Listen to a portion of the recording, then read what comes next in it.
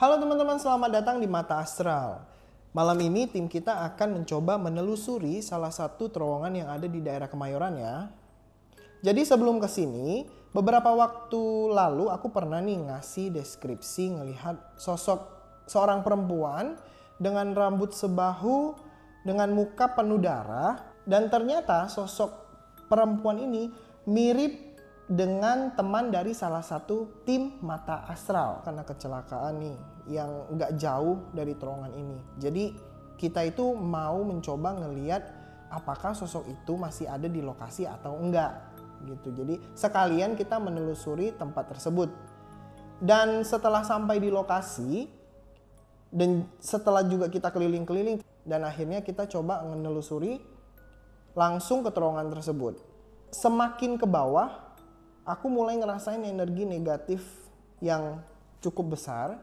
Dan pada saat sampai pun aku mencoba untuk fokus ngelihat sekitar di lokasi. Dan dari luar ini, nah di sini nih dekat kaca-kaca pecah ini ada sosok anak kecil perempuan. Dia lari ke dalam sambil cekikikan ketawanya. Tangannya tutupin mulut lah ya sambil ketawa gitu dengan dia pakai gaun kuning dan rambutnya sepinggang. Terus kita langsung coba untuk masuk ke dalam. Tapi pas mau masuk nih aku ngerasa ada energi seperti kayak nahan di pintu masuk dan memang energinya cukup gede di dalam. Jadi semakin malam saya yakin energi di sini semakin berasa ya. Dan yang saya rasakan seperti dua sisi di ruangan ini tuh ada energi yang berbeda. Jadi karena di kiri kanan ada perbedaan, jadi di tengah-tengah itu kayak ada tarik menarik nih sesama energi gitu, dan memang beda ya. Dan sebelah kiri lebih negatif dan sebelah kanan yang saya rasakan itu positif. Nah, pertama kita coba jelajah dulu nih kira-kira ada sosok apa yang ada di dalam ruangan ya. Kita jelajah ke bagian kiri. Di tempat ini sebenarnya banyak banget celah yang bisa dilewatin angin, tapi tempat ini cukup pengap dan juga lantai di sini penuh dengan tanah bekas banjir yang udah keras nih ya, berwarna kecoklatan. Banyak tiang-tiang besar penopang terowongan yang ada di dalam, dan di sini ada sosok laki-laki dan lukanya di kepala memang lebar, cukup lebar ya. Ini sebelah kanan ada darah yang masih ngalir sampai ke bahu. Pada saat coba berkomunikasi dia bilang kalau dia korban kecelakaan yang nggak jauh dari lokasi ini juga.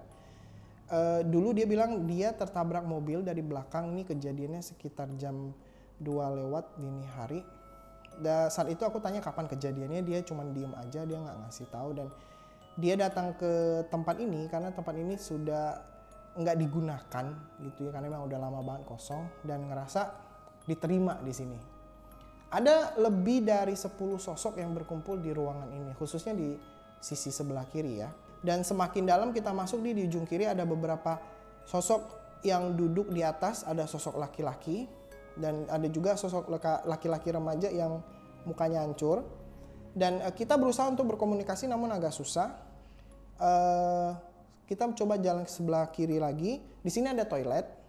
Ini, dan di sebelah kiri pada saat dibuka ini ada bau yang sangat nggak mengenakan, itu menyengat banget, dan di dalam itu ada 4 pintu. Nah, ini ada sosok anak kecil baju kuning yang tadi di pintu depan yang saya lihat itu di sebelah pintu ujung kiri, dan juga ada sosok kuntilanak di pintu ujung sebelah kanan. Nah, sayangnya anak kecil ini susah banget buat diajak komunikasi karena dia ketawa terus gitu. Tapi sifat dia saya lihat sih periang ya di situ ya, nggak ada kesedihan yang kelihatan di muka sosok anak kecil ini.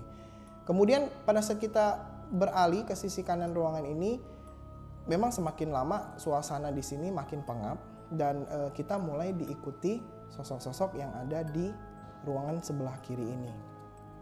Nah, pada saat kita jalan ke ujung kanan ruangan ini ada satu energi positif yang cukup menarik perhatian aku, karena sosok ini adalah sosok seorang kakek tua berbaju putih, dan memang di sisi sebelah kanan hanya ada sosok si kakek ini.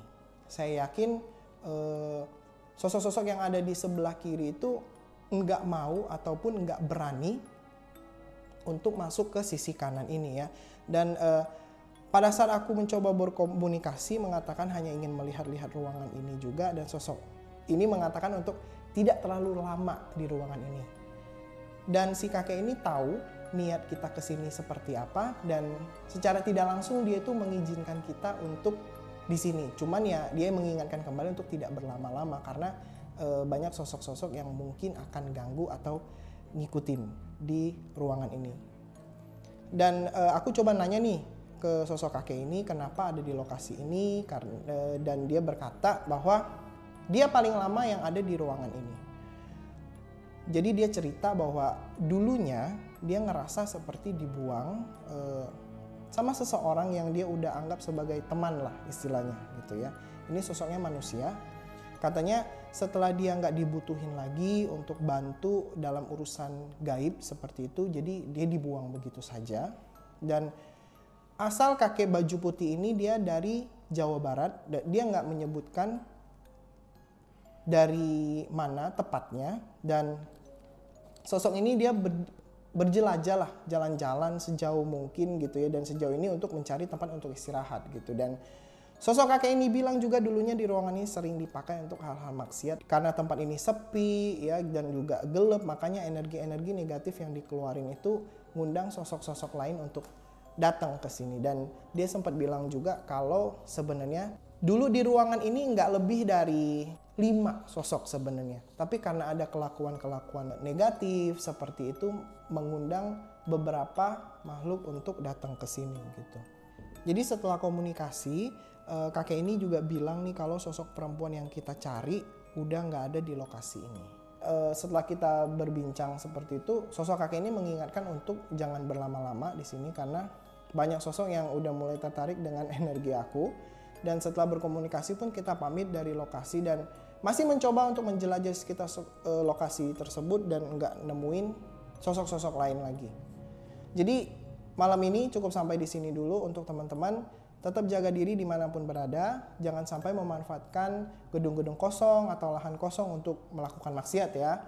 Jadi kuatkan iman juga karena mungkin secara kasat mata banyak yang tidak terlihat. Jadi lebih baik banyak lakukan hal-hal positif, jangan menyumbangkan energi negatif di tempat yang kita pijak.